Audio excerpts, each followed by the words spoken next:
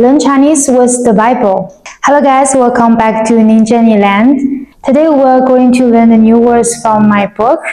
Let's start with number 111. 在你中间，在你中间，在你中间，在你中间。你看到我手机了吗？你看到我手机了吗？我看到了，在桌子的中间。我看到了，在桌子的中间。在桌子的中间。在桌子的中间。在什么什么的中间。即使看不见，神就在你的中间。即使看不见，神就在你中间。即使看不见，神就在你中间。或者你可以说中间这个位置，中间这个位置，中间这个位置，中间这个座位，中间这个座位，中间这个座位，左右中间，左右中间，在你旁边，在你旁边，在你旁边，在你的旁边，在你旁边，同在，同在，同在，就是我们在一起的意思。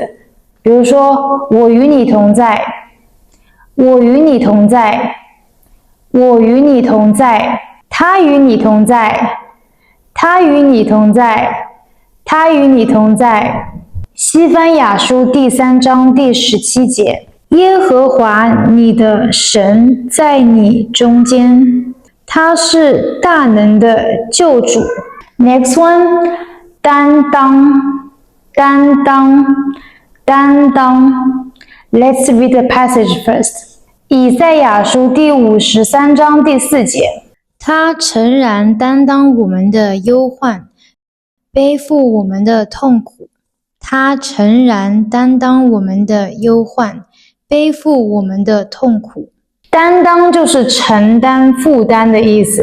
比如说，他主动担当了这个艰难的任务。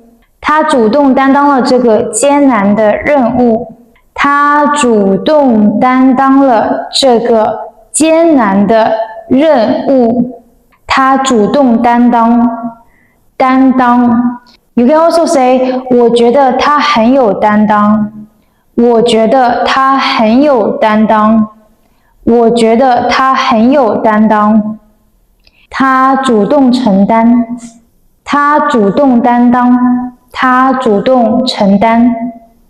或者你可以说，我的父亲总是默默承担家里的一切。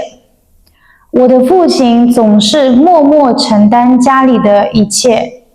我的父亲总是默默地承担家里的一切。默默地承担，默默地承担，默默地承担。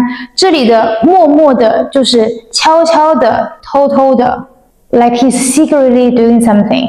默默的、悄悄的，在背地里做的，就是默默的、独自承受。